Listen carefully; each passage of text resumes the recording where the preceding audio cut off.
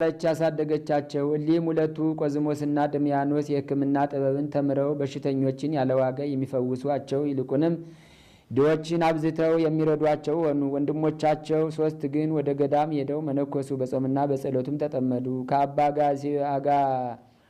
አጋጌዎስ አደራ ባስጠበቀው በንጉሥ ቁዝ ልጅ ምክንያት ዲዮቅልጥያኖስ ክዶ የረከሱ ጣዖታትን ባመለከ ጊዜ በምእመናን ላይ መከራ ሆነ። ገንዘብ ወዳጅ አጋጌዎስ ብዙ ወርቅን ተቀብሎ የንጉሥ ቁዝን ልጅ ወደ አባቱ ልኮታልና። ከዚህም በኋላ የንጉሥ ቁዝ ልጅ ዲቁና ዲዮቅልጥያኖስ ዳግመኛ ከጦር ሜዳ አግኝቶ ማረከው። እርሱንም የንጉሡን ልጅ ሰውሮ አባ አጋጌዎስን ጠራው። ያንንም አደራ የሰጠውን የንጉሠ ቁዝን ልጅ እንዲያመጣ አዘዘው። አጋጌዎስም ሙቶ ተቀብሯል ብሎ በሐሰት ተናገረ። በዚያንም ጊዜ በመሰዊያው ፊት አማለው። እሳትም ከሰማይ ወርዳ እንደምታቃጥለው ጠበቀ። የእሳትም መውረዷ በዘገየ ጊዜ ወርቅን በእሳት አቅልጦ አጠጣውና አቃጠለው። ስለዚህም ከወርቅና ከብር የተሰሩ ጣዖታትን አመለከ። ቆዝሞስና ድሚያኖስ በአገር ሁሉ ስለ ክርስቶስ እነርሱ እንደሚያስተምሩ ዲዮቅልጥያኖስ በሰማ ጊዜ ወደ እርሱ እንዲያቀርቧቸው አዘዘ። በደረሱም ጊዜ ለአገረ ገዡ ለሉልዮስ እንዲያሰቃያቸው ሰጠው። እርሱም በብዙ ስቃዮች ማሰቃየትን ጀመረ። በእሳት የሚያቃጥልበት ጊዜ አለ፣ በግርፋት የሚገርፍበትም ጊዜ አለ። 3 ወንድሞችም እንዳሏቸው ሰምቶ እነርሱንም ወደ እርሱ አስመጣቸውና 5ቱንም በመንኮራኩር ውስጥ እንዲያሰቃዩቸው አዘዘ። ከዚህም በኋላ ከእሳት ውስጥ ጨመሯቸው። በውስጡም 3 ቀኖችና ሌሊት ኖሩ። ያለ ጥፋትን በጤንነት ወጡ። ዳግመኛም ከብረት አልጋ ላይ አስተኝተው ከበታቻቸው እሳትን አነደዱ። እግዚአብሔርም ያለ ጥፋት ጠበቃቸው። መኮንኑም እነርሱን ማሰቃየት በሰለቸ ጊዜ ወደ ንጉሡ መለሳቸው። ንጉሡም ዳግመኛ ታላቅ ስቃይን አሰቃያቸው። ቴዎዳዳ እናታቸውም የምታስታግሳቸው ንጉሡንና የረከሱ ጣዖቶችንም የምትረግም ሆነች። በዚያንም ጊዜ አንገቷን በሰይፍ እንዲቆርጡ አዘዘ። የሰማዕትነት አክሊልም ተቀበለ። ስጋዋ ግን በምድር ላይ ወድቆ ነበር። ቆዝሞስም እንዲህ ብሎ ጮኸ፣ የዚች አገር ሰዎች ሆይ ይህችን አሮጊት መበለት ስጋዋን አፈር አልብሶ ይሰውራት ዘንድ ከውስጣችሁ ርኅራኄ በልቡ ያደረበት የለምን?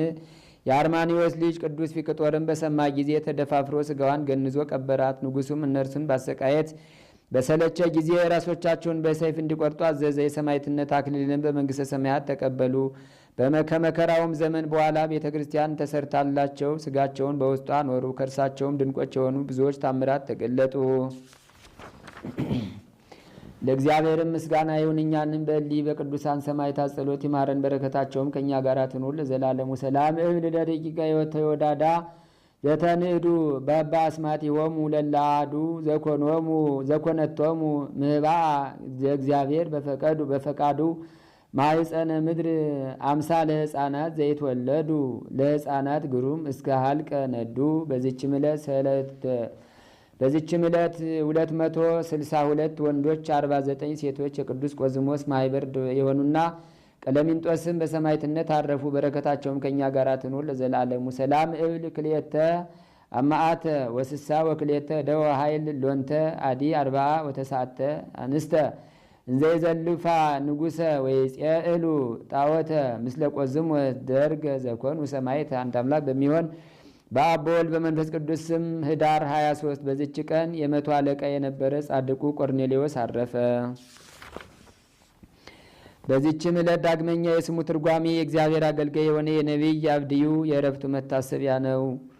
ዛቅረብኩ ማይሌታ ዘኪርያ ይላፈም ለተጸምዱ ከዘልፈ ለላ አነብ ተወከብ ዘንዴት የመጽሐፈን ተረሰይ ከግዚኦ ጸዲቀ መበለት ጉፈ እምላ አቡ ላን ዘተርፈ ነቢያት ቅዱሳን ሐዋርያት ሰባኪያን ሰማዕታት ጻድቃኑ መላእክት ትጓን ደናግላዲ ወመነኮሳት ሄራን ባርኩ ጉባኤ ዛቲ መካን እስከ አረጋዊ ሊቆኖስ ጻለ ዘጻፎ በክርታስ ወለዛ ጻፎን ዘይደርስ ወለዛ አንብቦ ወለዛ ተርጎሞ በልሳን አዲስ ወለዛ ሰማ ቃሎ በዝነ መንፈስ በጸሎተሙ ማርያም አራቂተ ኩሉም ባይ ስቡረ መሐረነ ኢየሱስ ክርስቶስ ታምር ዘገብረ ቅዱስ ኡራኤል ሊቀ መላእክት ጸሎቱ በረከቱ ያሉ ምስለ ኩልነ ህዝበ ክርስቲያን ለዓለም ዓለም አሜን። ልመናው አማላጅነቱ ለሁላችን ለህዝበ ክርስቲያን ላይ ይሁንና የመላእክት አለቃ ቅዱስ ኡራኤል ያደረገው ታምር ይህ ነው። ከምዕራብ ወይም ከአረብ ሀገር የመጣች አንዲት ሴት ነበረች። ይህችም ሴት ልጅ የሌላት መካን ነበረች። ይህ የወራት ግዳጇ በየጊዜው እያስጨነቃትና እየጎረፈ እየወረደ ሰውነቷን ያደክማት ነበር። ከዕለታት በአንደኛው ቀን ወደ ቅዱስ ኡራኤል ቤተ ክርስቲያን ዘንድ ሂዳ በብዙ በማልቀስ ስትጸልይ ከአጸደ ቤተ ክርስቲያኑ ውጭ ቆመች። ከዚያም ከቤተ ክርስቲያኑ በስተውጭ ስትጸልይና ስታለቅስ ብዙ ጊዜ ቆየች። ይህች ሴት ከቤተ ክርስቲያኑ ውጭ በሆነ በአጸዱ ውስጥ ቆማ ብዙ ጊዜ መዘገየቷን ቀሳውስቱና ዲያቆናቱ ባዩ ጊዜ አንቺ ሴትዮ ስራሽ ምንድን ነው? ምንስ ትፈልጊያለሽ? ሲሉ ጠየቋት። እርሷም ልጅ እንደሌላት ለብዙ ዘመን መካን ሆና ስታዝንና ስተክዝ የኖረች መሆኗን ነገረቻቸው። ያን ጊዜ ወደ ቅዱስ ዑራኤል ስዕል ተሳይ፣ እርሱም መልካም ልጅ ሰጥሻል አሏት። እርሷም እሺ እንደ ቃላችሁን አደርጋለሁ አለቻቸው። እስከ ዛሬ ዓመት ድረስ ማኅፀኔ ልጅ ለመውለድ የከፈተልኝ እንደሆነ እስከ ዕለተ ሞት ያገለግላለሁ በማለት ተማጽና ወደ ሀገሯ ተመለሰች። በመንገድ ስትሄድ የምታውቃት አንዲት ሴት አገኘቻትና ሰላም አለቻት። ከጥንት ጀምሮ ስለምታውቃት ሁለቱም አፍ ገጥመው ተሳሳሙ። ያን ጊዜ በመንገድ ያገኘቻቸው ሴትዮ የጸነሰች ስለነበረች በሚሳሳሙበት ጊዜ የጸነሰችው ሴት ምራቅ ባልጸነሰችው ሴት አፍ ገባና ከወንድ ሳትገናኝ በዚሁ ብቻ ጸነሰች። በዚህ ጊዜ የወር ግዳጇ ቆመና ቅሪት ሁና ወይም ጸንሳ በፍጹም ደስታ ወደ ቤቷ ገባች። ከ3 ወር በኋላ ጎረቤቶቿ ከምስክርነትሽ እንዴት ዳንሽ? እግዚአብሔር እንዴት ስለሰማሽ ነው የተወደደ ልጅ የሰጠሽ አሏት። ከ7 ወር በኋላ ልጅ ወለደችና በክንዷ ታቅፋ እግዚአብሔርን አመሰገነች። ስዕለቷም የተወደደ ልጅንም አገኘች። ወልዳ 3 ወር ከሆናት በኋላ ቅዱስ ዑራኤል ቤተ ክርስቲያን ዘንድ ሄደችና የከበሩ ልብሶቿን፣ የወርቅ ጌጣጌጧን፣ ሌላም ብዙ መባን ሰጠ። ቀሳውስትና ዲያቆናቱንም አመሰገነቻቸው። እንዲሁም ተአምር ሰሪ በሆነ በቅዱስ ዑራኤል አማላጅነት ልጅ ስለሰጣት እግዚአብሔርን አመሰገነች። ከዚያ ዕለት ጀምራ እስከ ዕለተ ሞቷ በመልካም አገልግሎት ቤተ ክርስቲያን ስታገለግል ኖረች። የመላእክት አለቃ የሚሆን የቅዱስ ዑራኤል ልመናው በረከቱ በሁላችን በሕዝበ ክርስቲያን ላይ ጸንቶ ይኑር አሜን። ሰው መልካም ሊሆን ይችላል፣ በመከራ ቀን መሸሸጊያ አይሆንም። ሰው በጎ ሊሆን ይችላል፣ ክፉ ቀን ሲመጣ አብሮ ይከፋል። መልካም ሰው ጠፍቶባታል ከተማይቱ። የሰው ደም እንደ ቆሻሻ ውሃ የሚፈስባት ናት ከተማይቱ። ያቺ ከተማ የሰው ክብር ዝቅ ብሎ የእንስሳት ክብር ከፍ ያለባት ናት። እኛ አንድ ቤት ለማግኘት፣ ነገ የሚያልፍ መኪና ለማግኘት፣ ነገ የሚጠፋ ቤት ለማግኘት ውለን ማደር የምንችል ከሆነ የማታልፈዋን መንግሥተ ሰማያት ለመውረስ ግን እስከ 9 ሰዓት መጾም ለምን ከበደን? በሰጠዋችሁ የመጽሐፍ ቅዱስ ክፍል ላይ ታላቁ የብዙዎች አባት የበረከት አባት የሆነው አብርሃም በቤቱ አጋዕዝተ ዓለም ሥላሴን ካስተናገደ በኋላ እንዲህ የሚል ቃል ተሰማ። ሰዶምና ገሞራን ላጠፋ ነው አለ እግዚአብሔር። እየሰማችሁኝ ነው? ማንና ማንን? ሰዶምንና ገሞራን። በፊቴ ምድር በኃጢአት ቆሽሻለች፣ ጨቂታለች። ሰዶምና ገሞራ የኃጢአቷ ብዛት በእኔ ዘንድ ከፍቷል። ሰው ይህንን ሁሉ ኃጢአት ይሰራል ተብሎ ያልታሰበ እጅግ ጭካኔ የተሞላበት ምድር በኃጢአት የቆሸሸችበት ጊዜ ሆኗል።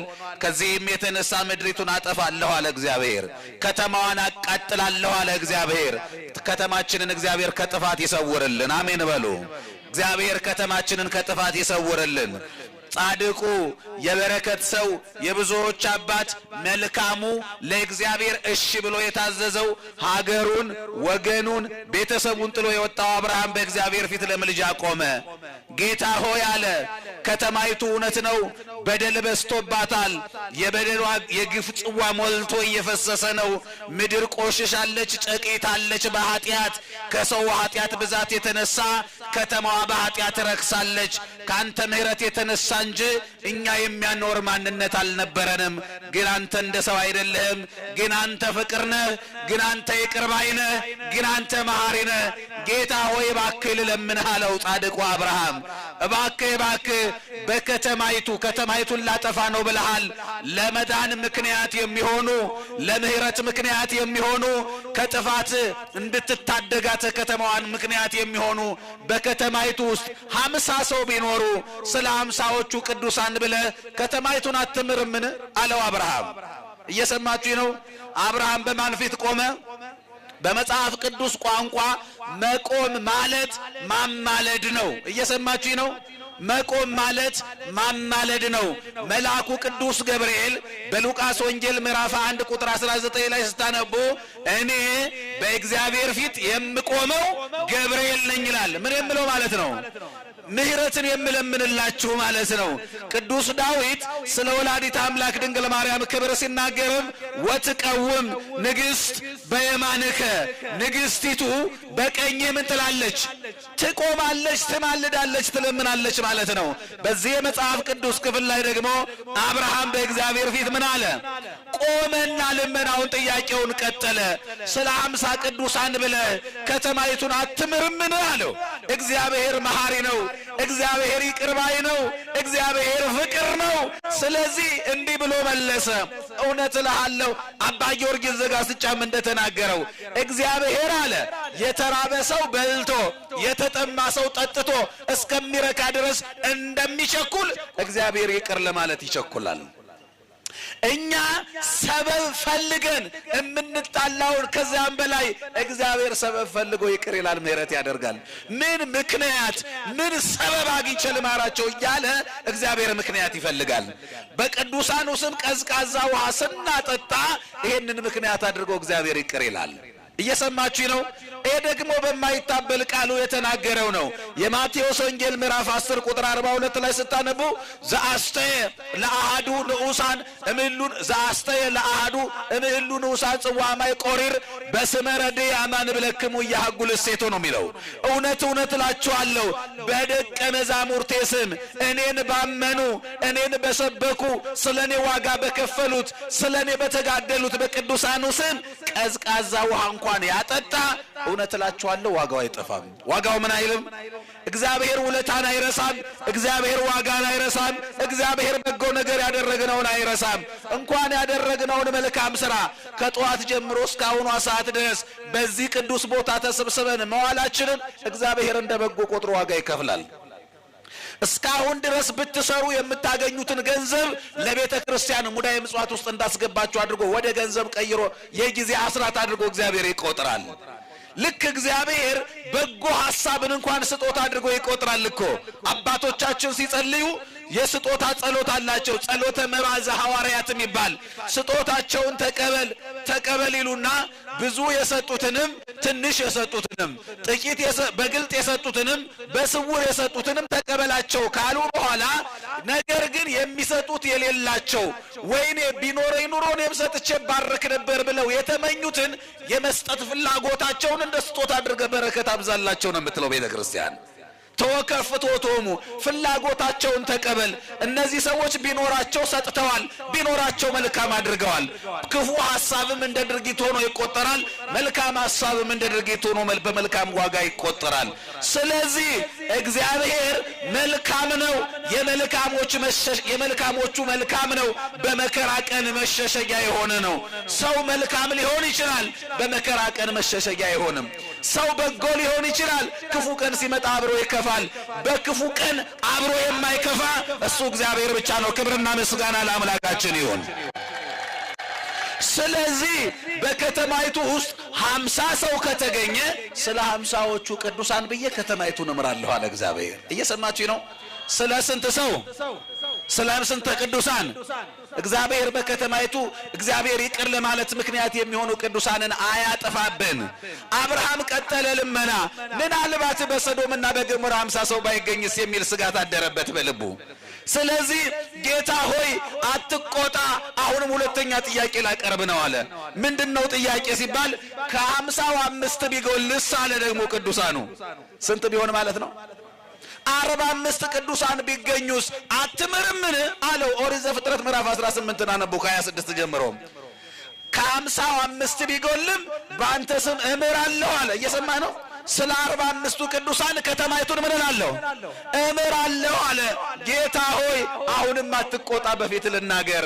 ምናልባት ደግ ሰው ጠፍቷል። ምን አይነት ሰው ጠፍቷል? መልካም ሰው ጠፍቷል። አንዳንዱ ጊዜና ቦታ ልመቻችለት ብሎ ነው። አንዳንዱ አቅም አጥቶ ነው። አንዳንዱ በልቡ ሰው ያልገደለ ሰው ያልረገመ ድፍት ያድርግሽ ብሎ ያልተራገመ ማንም የለም። ግን አንተ እንደ ሰው አይደለም። ሰው ከፍቷል። በምድር ላይ ደግ ሰው የለም። 45 ላይገኙ ቢችሉ 40 ቢሆኑ አሁንስ አትምርምን? አላሆንም። እግዚአብሔርም ስለ 40ዎቹ ቅዱሳን ከተማይቱን ምን እላለሁ አለ? አረ ክብርና ምስጋና ለመሐሪው አምላክ ይሁን። በእውነት እኖራለሁ አለ። ቀጠለ አብርሃም። አሁንም 40 ቅዱሳን በከተማይቱ ያልተገኙ እንደሆነ የሚል ስጋት አደረበት። አዎ እውነት ነው። ያቺ ከተማ 40 ሰው አይደለም 10 ሰው የለባትም። መልካም ሰው ጠፍቶባታል ከተማይቱ። የሰው ደም እንደ ቆሻሻ ውሃ የሚፈስባት ናት ከተማይቱ። ያቺ ከተማ የሰው ክብር ዝቅ ብሎ የእንስሳት ክብር ከፍ ያለባት ናት። ሰዎች ተጥለው ሜዳ ላይ ወድቀው፣ ሰዎቹ ግን አራዊት ለመጎብኘት ይሄዳሉ። አንበሳ ለመጎብኘት፣ ነብር ለመጎብኘት ይሄዳሉ። የወደቀውን የሥላሴን ምስል አልፈው። ስለዚህ የሰው ክብር ዝቅ ያለባት፣ እጅግ ለጆሮ የማይመች ጆሮ ጭው የሚያደርግ ልብን በሐዘን የሚሰብር ኃጢአት የሚፈጸምባት እግዚአብሔር ያዘነባት ከተማ ናት። ስለዚህ እነዚህ ሁሉ ቅዱሳን ባይገኙ ሳለና 30ስ ብታገኝ አትምርም አለው። ስለ 30ውን ብዬ ምን እላለሁ አለ? 20 ቢሆኑ ሳለ ደግሞ 20 ቢሆኑም በከተማይቱ 20 ቅዱሳን ከተገኙ ምን እላለሁ? እምራለሁ አለ። አብርሃም አሁንም ስጋት አደረበትና 10 ቢሆኑ ሳለ አሁን አስቡ፣ እየወረደ እየቀነሰ መጣ። ይሄ ሁሉ የሚያሳየው ምን ነው ካላችሁኝ የእግዚአብሔር የምህረቱ ብዛት ነው። እየሰማችሁ ነው? እንዲህ ያለ ቅዱስ ዳዊት በዳዊት መዝሙር 135 ከቁጥር 1 ጀምሮ እግዚአብሔርን አመስግኑ ቸር ነውና ካለ በኋላ ምህረቱ እስከ መቼ ነው? ምህረቱ ለዘላለም ነው። አንድ ጓደኛ አንድ ጊዜ እስከምታጠፉ ምህረት ያደርጋል። 2 ጊዜ ምህረት ያደርጋል። 3 ጊዜ ምህረት ያደርጋል። እናት 4 5 ጊዜ ትታገሳለች፣ ምህረት ታደርጋለች። መጨረሻ ላይ አሁንስ አበዛኸው ይሉናል ወዳጆቻችን። አሁንስ አበዛችሁት ብሎ ፊቱን የማያጠቁር ትከሻው የማይዝል ክንደ ብርቱ አባት ምህረቱ ገደብ የሌለው ዘላለማዊ ፍቅር ያለው ዘላለማዊ ምህረት ያለው እሱ ማን ብቻ ነው? ክብርና ምስጋና ለመሐሪው አምላክ ይሁን። ምህረቱ ለዘላለም ነው። ነገም ብንመለስ ይቅር ብሎ ምህረት አድርጎ የሚቀበል የምህረት አባት፣ የይቅርታ አባት፣ የፍቅር የሰላም አባት ነው እሱ። የሰላም አለቃውም ነው እሱ። ስለዚህ ይሄ እግዚአብሔር ይሄን ቃል ገባ። ይሄ ሁሉ ማሳያው ምንድነው ካላችሁኝ እግዚአብሔር ምህረት መሐሪ ስለሆነ፣ እግዚአብሔር ፍቅር ስለሆነ፣ እግዚአብሔር ይቅር ባይ ስለሆነ ነው። ራሱ እንዲህ ያለ የሚለምነው አብርሃም የእግዚአብሔር የምህረቱ ውጤት ነው። የምን ውጤት ነው? ለምን ካላችሁኝ የዚህ ደግ ሰው የአብርሃም አባት ታራ ይባላል። ታራ ጣዖት አምላኪ ነው። እግዚአብሔርን የማያውቅ ከሃዲ ነው። ራሱ ከመካድ አልፎ ሰዎችን የሚያስክድ፣ ራሱ ኃጢአት ከመስራት አልፎ ሰዎችን ኃጢአት የሚያሰራ የዲያብሎስን ሥራ በውክልና እየሰራ ያለ ነው ታራ። እግዚአብሔር ግን አላጠፋውም ታራን። እግዚአብሔር ታገሰው፣ እግዚአብሔር ጠበቀው። ለምንድን ነው እግዚአብሔር ኃጢአት እየሰራን የሚታገሰን ካላችሁኝ በታራ አብራክ ውስጥ ያልተሰራ አካሉን አብርሃምን ያይ ነበር እግዚአብሔር። የእግዚአብሔር አይኑ ልዩ ነው። እኛ እንበድላለን። በእኛ አብራክ ውስጥ ጻድቃን የሆኑ ቅዱሳን የሆኑ ኃጢአት የማያውቁ በቀል የማያውቁ ሕፃናትን እያየ ገና ነገ ከኛ የሚሰሩ ልጆችን እያየ ስለ እነሱ እግዚአብሔር ይራራል። ታራን ወዲያው እግዚአብሔር ቢያጠፋው ኖሮ ማን ጭምር አብሮ ይጠፋ ነበር? የበረከት ሰው አብርሃም፣ የክርስትናው ሞዴል አብርሃም፣ የብዙዎች አባት አብርሃም አብሮ ይጠፋ ነበር። የእግዚአብሔር የምህረቱ ውጤት ነው ራሱ አብርሃም። አያችሁ። ስለዚህ ምህረት አድርግ፣ እራራ፣ ይቅር በል። በከተማይቱ ውስጥ እውነት ነው ጽድቅ የለም፣ እውነት ነው መልካም ሰው ጠፍቷል፣ ግን አንተ ይቅር በል ይላል እግዚአብሔር አብርሃም። እግዚአብሔር ሁልጊዜ ይቅር ይላል፣ ሁልጊዜ ይምራል፣ ሁልጊዜ ይራራል። እኛ እንበድላለን፣ እግዚአብሔር ደግሞ ሁሌ ይራራል። ምን ይሆን ምክንያቱ ከተባለ እየበደልነው እድሜ እየሰጠን ያለው ነገ ይመለሱ ይሆናል ብሎ እየጠበቀ ነው። የንስሐ ዕድሜ የባከነ ጊዜ እየተጨመረልን ነው። የአገሬ ሰው እንደሚለው ማሰሪያው ሲረዝምላት የተፈታች ይመስላታል። እግዚአብሔር በደል እየሰራን ኃጢአት እየሰራን ዝም ሲለን ያላየን ያላወቀብን መሰለን። እየሰማችሁ ነው። ቅዱስ ዳዊት እንዲህ ነው የሚለው ዘተከላሁ ለእዝን እየሰምዕኑ ለእናንተ ጆሮን ፈጥሮ እንድትሰሙ ያደረገ እግዚአብሔር አይሰማም? ይሰማል። ዘፈጠራሁ ለዓይን ለእናንተ ዓይንን ፈጥሮ እንድታዩ አድርጎ የሰራ እግዚአብሔር እሱ አያይም? ያያል። እያየ እየሰማ እያወቀ የተደረገውን አይደለም ገና የሚደረገውን እያወቀ እግዚአብሔር ዝም ይላል። እግዚአብሔር ይራራል። እግዚአብሔር ይታገሳል። ምን ይሆን ምክንያቱ ካላችሁኝ፣ አንደኛው ነገ ይመለሳሉ ብሎ ነው። ሁለተኛ እኛ ባንመለስ እንኳን ከኛ ከኃጢአተኞቹ የተባረከ ዘር ሊወጣ ስለሚችል ነው። ሶስተኛ የፍርድ ቀን ስላለ በፍርድ ቀን ዋጋ ይከፍላል እንጂ ከዚህም በኋላ ምድርን በንፍር ውሃ አላጠፋም ብሎ ለቅዱሳኑ ከቅዱሳኑ መካከል አንዱ ለኖህ ቃል ገብቷል። ስለዚህ እግዚአብሔር በዚህ ቅዱስ ሰው ምክንያት ጥያቄ ቀረበለት። ጥያቄውን ተቀበለ። በከተማይቱ ደግ ሰው ጠፋ። 10 ሰው። እግዚአብሔር ሁለት አይነት መንገድ አለው። ሲያዝን፣ ሲቆጣ፣ ሊያጠፋ ሲነሳ በከተማይቱ ያሉት ቅዱሳን ከ10 ሰዎች በላይ ከሆነ ስለነሱ ብሎ ምን ያደርጋል? ከተማይቱን ይምራል። ያሉት ሰዎች ከዛ በታች ከሆነ እነሱን ውጡ ይልና ካወጣ በኋላ ከተማይቱን ያቃጥላል። እነ ሎጥ በከተማይቱ ነበሩ። ከ10 በላይ አይደሉም። ከ10 በታች ሲሆኑ ከተማይቱን ሊያጠፋ እግዚአብሔር ተነሳ። ሰዶምና ገሞራ ውስጥ የተገኙ በጣት የሚቆጠሩ ሰዎችን ውጡ ካለ በኋላ ከተማይቱን ምን አደረጋት? አጠፋት። እግዚአብሔር ከተማችንን ከጥፋት ይሰውርልን። እግዚአብሔር ሊቅር ለማለቱ ምክንያት የሚሆኑ ቅዱሳንን እግዚአብሔር አያጥፋብን። ቅዱሳን የምንላቸው እንዲህ የምናከብራቸው እንዲህ የምንዘምርላቸው እንዲህ ተሰብስበን በረከት የምንቀበልባቸው ለመዳናችንም ምክንያት የሆኑ ቅዱሳን ያለ ምክንያት አይደለም እግዚአብሔር ያስቀመጠልን። እኛ ከስተት እኛ ከበደል እኛ ከኃጢአት ተለይተን ስለማናውቅ መመለሻችንን እግዚአብሔር ብዙ አደረገልን። ንስሐው አለ፣ ጸበሉ አለ፣ እምነቱ አለ፣ መስቀሉ አለ፣ ቅዱሳን አሉ። በእነዚህ ሰበብ እንኳን እግዚአብሔር ኃጢአታችንን ቀንሶ አስባችሁታል። አሁን ዛሬ እዚህ ቤተክርስቲያን ያለን ሰዎች በትንሹ 100 ሰው ብንሆን እየሰማችሁኝ ነው? 100 ሰው ቢሆን እዚህ ውስጥ ያለው ይሄ ሁሉ ሰው አንዳንዱ በመስሪያ ቤት፣ አንዳንዱ በመኖሪያ ቤት፣ አንዳንዱ በመጠጥ ቤት፣ አንዳንዱ በሌላ ቦታ ቢሆን ኖሮ እስካሁን ሰዓት ድረስ ከዚህ ሁሉ ሰው በትንሹ 10 ሰው ኃጢአት ይሰራ ነበር። እውነት ሐሰት? እውነት ነው። ምንም እንኳን በቃሉ ልባችን ተነክቶ ለንስሐ ባንበቃ ካሁን በፊት የሰራነውን ኃጢአት እንኳን ባናስወግድ በንስሐ ያለው ኃጢአታችን ባለበት ላይ ሌላ ኃጢአት እንዳይጨመር ባለበት ቆሞ እዚህ ከመጣንበት ሰዓት ጀምሮ ኃጢአት አልሰራንም። በዚህ እንኳን ኃጢአታችን ይቀንሳል። በዚህ እግዚአብሔር ይቅር ይለናል። በዚህ በተቀደሰው ቦታ ተሰብስበን ስንማጸን በቅዱሳኑ ቃል ኪዳን ይምረናል። አሁንም ማሪው አምላክ ይማረን። ቅዱሳን ብለን የምናከብራቸው እነማን ናቸው? ጠቅለል አድርገን ቅዱሳን ብለን የምናከብራቸው በፀሐይ ላይ የእግዚአብሔር በሆነው ላይ ስልጣን ያላቸው ናቸው። ሰማይና ምድር የማን ነው? ሰማይና ምድር የማን ነው? እግዚአብሔርን ካስደሰቱት በኋላ እግዚአብሔርን ካከበሩ በኋላ እግዚአብሔር ካመነባቸውና ከተደሰተባቸው ፈቃዱን ከፈጸሙለት በኋላ እንደ ሐሳቡ እንደ ሕጉ ከሄዱ በኋላ መጨረሻ ላይ እግዚአብሔር የሚሰጣቸው ባለው ሀብቱ ላይ መሾም ነው። ባለው ሀብቱ ላይ መሾም ነው። ቅዱሳን ያማልዳሉ ብቻ አይደለም። አንድ ያማልዳሉ ብለን ስንከራከር ከዚያ የበለጠውን ስልጣን እረስተንባቸዋል። ቅዱሳን ያማልዳሉ ብቻ አይደለም፣ ይፈርዳሉ። እየሰማችሁ ነው? የማቴዎስ ወንጌል ምዕራፍ 11 ቁጥር 27 ላይ እንዲህ ነው የሚለው። ቅዱስ ጴጥሮስ እንዲህ አይነት ጥያቄ አቀረበ። ጌታ ሆይ ሁሉን ትተን ተከተልንህ። እየሰማችሁ ነው? ሁሉን ትተን ተከተልንህ ምንድነው የምናገኘው ብሎ ጠየቀ ቅዱስ ጴጥሮስ።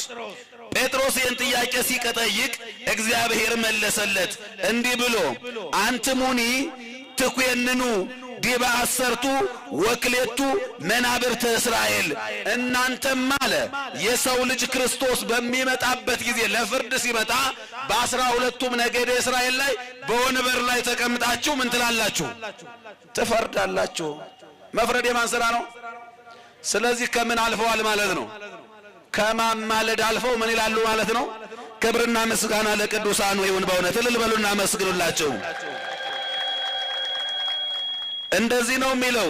ከዚህም የተነሳ ቅዱሳንን እኛ ያማልዳሉ ብለን ብቻ ሳይሆን ምን ይላሉ? የማቴዎስ ወንጌል ምዕራፍ 19 ቁጥር 27 ላይ ስታነቡ እንደዚህ ነው የሚለው፣ ይፈርዳሉ። ሁሉን ትተን ተከተልን አለው ጴጥሮስ በማቴዎስ ወንጌል ምዕራፍ 19 ቁጥር 27 ሁሉን ትተን ተከተልንህ። እኛ የተከተልንህ ምንድነው የምናገኘው ብሎ ሲጠይቀው መድኃኒታችን ኢየሱስ ክርስቶስ የመለሰው መልስ ምንድነው? እውነት እውነት እላችኋለሁ እናንተ የተከተላችሁኝ በዳግም ልደት የሰው ልጅ በክብሩ ዙፋን በሚቀመጥበት ጊዜ እናንተ ደግሞ በ12ቱ የእስራኤል ነገድ ስትፈርዱ ምን ስትሉ ስትፈርዱ። ፈራጅ ማን ነው? እግዚአብሔር ነው። ቀንና ሌሊቱን የሚያፈራርቅ ማን ነው? ፀሐይና ጨረቃን የሚያፈራርቅ ማን ነው? ሰማይና ምድር ማን ነው? ቅዱሳን ለቅድስና ክብር ከበቁ በኋላ ግን በእነዚህ ሁሉ ላይ ስልጣን ይሰጣቸዋል። እግዚአብሔር ያሳያችሁ። ኤልያስ የያዕቆብ መልእክትን ስታነቡ ኤልያስ እንደኛ ሰው ነበረ ይላል። ምን ነበረ? ለቅድስና ክብር ከበቃ በኋላ እግዚአብሔር በሀብቱ ላይ ሾመው። ኤልያስ ቅዱስ ሰው ነው። ቅዱሱ ሰው ኤልያስ ሰማይን ለጎመ፣ ዝናብ እንዳያዘንብ አደረገ። ይሄ ስራ የማን ነው? ዝናብ ማዝነብ የማን ስራ ነው? የእግዚአብሔር ስራ ነው አይደለ? አሁን ኤልያስ ተሾመ፣ ኤልያስ ከበረ። ኤልያስ በእግዚአብሔር ሀብት ላይ ከተሾመ በኋላ ሰማይን አዘዘ። ሰማይ ለማን ታዘዘ? እግዚአብሔር ያሳያችሁ። ኤልያስ ለእግዚአብሔር ታዘዘ። እኛ ለፍጥረት ለፈጣሪ ስንታዘዝ ፍጥረታት ለኛ ይታዘዛሉ። እንዲህ ነው የሚለው መጽሐፍ፣ ወለእመይቤ እይኩን እግዚአብሔር ይእምፁ አይዳወ እግር። ለእግዚአብሔር አልታዘዝም ስንል እግዚአብሔርን እምቢ ስንል እኛ ደግሞ አራዊትም ፍጥረታትም እምቢ ይሉናል። ፍጥረታት ብቻ ሳይሆን የወለድነው ልጅ እምቢ ይለናል። የወለድነው ልጅ ብቻ አይደለም እጃችን ደርቆ አልታጠፍም ይላል። እኛ ለእግዚአብሔር እምቢ ስንል ነገሮች በሙሉ ለኛ እምቢ ይላሉ። እግዚአብሔርን እሺ ስንለው ኤልያስ እግዚአብሔርን እሺ ሲል እሺ ካለ በኋላ እግዚአብሔር ያዘዘውን ሰምቶ ከፈጸመ በኋላ ኤልያስ ደግሞ ፍጥረትን አዘዘ፣ ሰማይን አዘዘ። በዚህ ዘመን ዝናብ እንዳይዘንብ አዝዣለሁ አለ። ሰማይ ለማን ታዘዘ? ለኤልያስ ታዘዘ።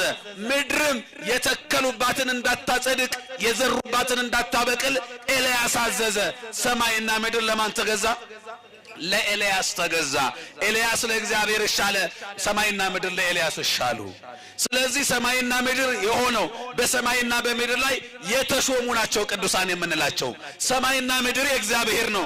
እግዚአብሔር በፈጠረው ሰማይና ምድር ላይ የባለቤትነት መብት ይሰጣቸዋል። ለምን? እነዚህን የፈጠረውን እግዚአብሔር እሺ ብለዋልና። ፀሐይን የሚያዝዝ ማን ነው? ፀሐይ የማን ነው? የእግዚአብሔር ፍጡር ነው። ይሄ ተፈጥሮ ነው። ወጥቶ መግባት የፀሐይ ስራዋ ነው። ይሄንን የሚያከናውን እግዚአብሔር ነው። ነገር ግን ኢያሱ የእግዚአብሔር ሀብት በሆነው በፀሐይ ላይ ኢያሱ ለእግዚአብሔር እሺ አለ።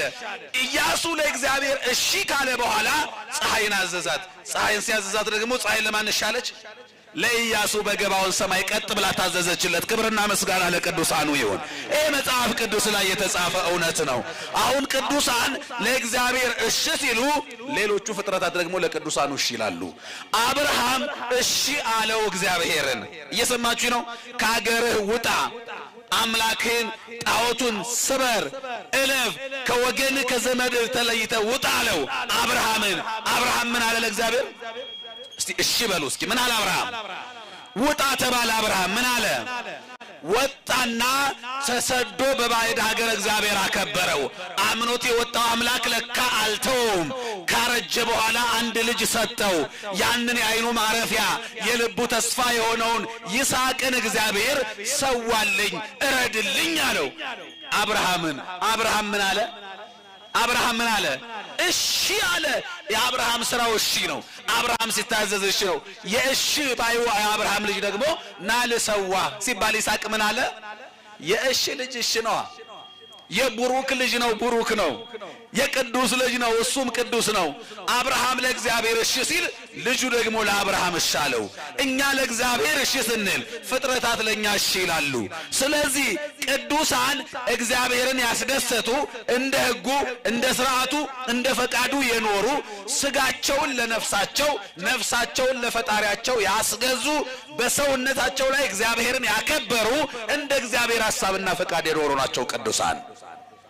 ከውስጥም ከውጭም የሚመጣውን ፈተና ተቋቁመው ያለፉ፣ ከውስጥ የሚመጣው የሥጋ ምኞታቸው የሥጋ ፍላጎታቸውን የገቱ የተቆጣጠሩ፣ ስሜታቸውን በቁጥጥር ስር ያዋሉ፣ ለነፍሳቸው ያስገዙ፣ ከውጭ የሚመጣውን የአጋንንቱን የመናፍቃኑን የከሃዲያኑን የአላውያኑን ፈተና ያለፉ የተቋቋሙ ናቸው ቅዱሳን። እነዚህ ቅዱሳን ያላቸውን ነገር ሁሉ ለእግዚአብሔር ሲሉ የተዉ ናቸው። ከነኚህ ቅዱሳን መካከል ቅድስቲቱ እናታችን ፍቅርተ ክርስቶስ የእግዚአብሔር ባለመዋዕል የእግዚአብሔር ወዳጅ እግዚአብሔርን በሕይወቷ ያከበረች፣ ሰዎቹ ከትዳራቸው አልፈው ትዳራቸው አልበቃቸው ብሎ ሌላ የኃጢአት ሥራ ሲሰሩ እሷ ግን በትዳር ውስጥ መኖር እንኳን አልፈልግም ያለች ከተቀደሱት ላባ ከተባለና ወንጌላዊት ከተባለች ቅድስት ሴት የተወለደች ናት። እንደተወለደች እግዚአብሔርን ከጠባቡ የእናት ማህፀን ወደ ሰፊው ዓለም ከጨለማው የእናት ማህፀን ወደሚደነቅ ብርሃን ያወጣይ ክበር ተመስገን ብላ ያመሰገነች እናት ናት። በረከቷ ከሁላችን ጋር ይሁን። ሲነገር ገድሏ ላይ ያለነው ከመጽሐፍ ቅዱስም ጋር ደግሞ የሚጣላ አይደለም። በ80 ቀኗ የክርስቶስን ሥጋና ደም ስትቀበል ክርስቶስን ያመሰገነች ናት። ሲነገር ጆሮአቸውን የሚያሳክካቸው ነገር ካለ የመጥምቀ መለኮት የቅዱስ ዮሐንስን ታሪክ እንደገና ያጥኑ። ከተወለደ በኋላ ሰው ማመስገኑ፣ ከተወለደ በኋላ ስብሐት ለአብ ብሎ መዘመሩ አይደንቅም። ይሄ ከደነቃችሁ የመጥምቀ መለኮት የቅዱስ ዮሐንስ ጉዳይ ገና በማህፀን እያለ ዘመረ ተብሎ መጽሐፍ ቅዱስ ላይ መጻፉ እንዴት ሊገርም ነው! ከዚህ በላይ ድንቅ ነገር አለ። እግዚአብሔር በቅዱሳኑ ላይ ምንድነው ድንቅ ነው? በሉ እስኪ ባካችሁ።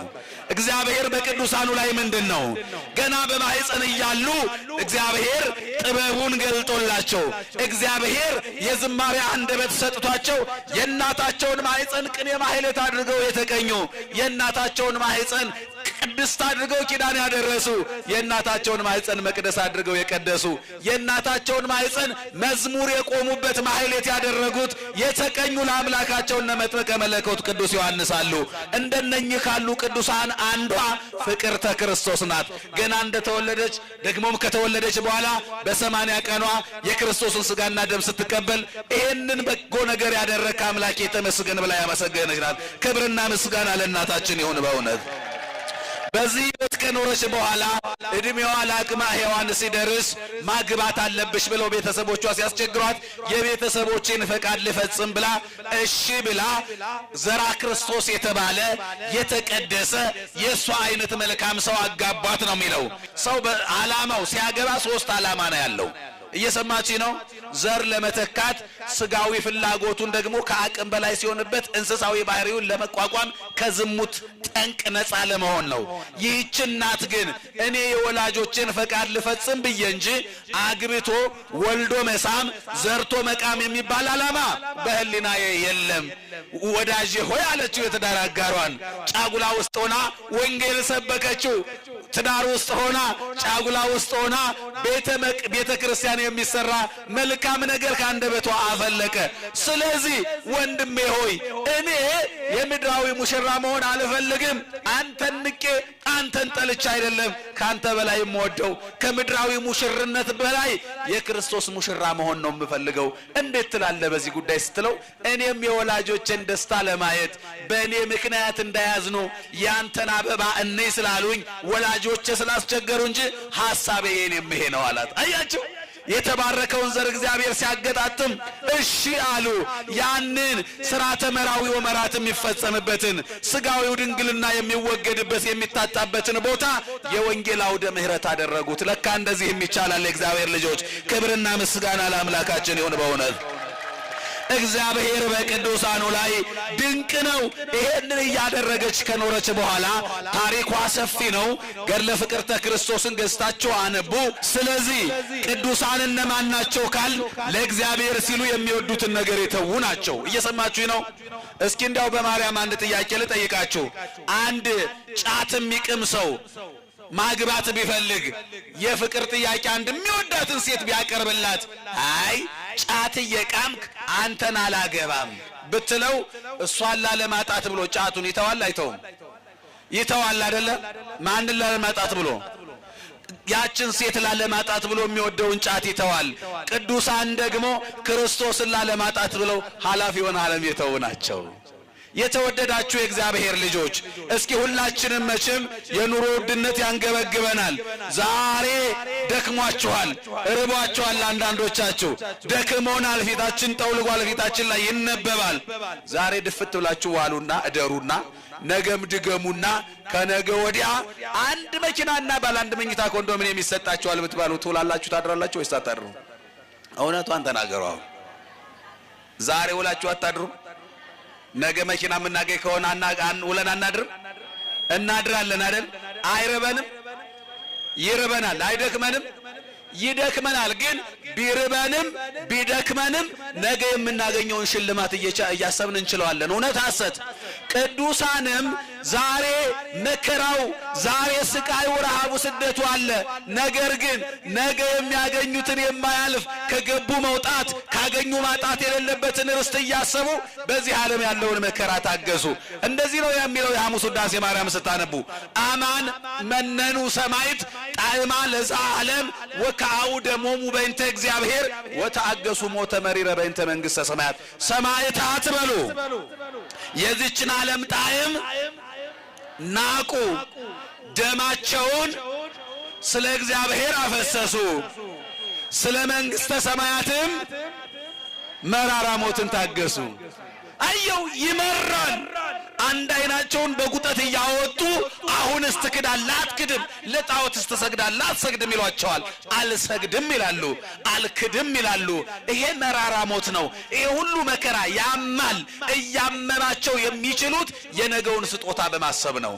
ከዚህ ባሻገር በሚያልፈው ዓለም ውስጥ የሰሩት የጽድቅ ሥራ የማያልፍ ዘላለማዊ ርስት ያሰጣቸዋል። ይሄንን እያሰቡ ያንን ሁሉ መከራ ቻሉ። ደማቸውን ደሙን ላፈሰሰላቸው አምላክ ሲሉ ደማቸውን አፈሰሱ።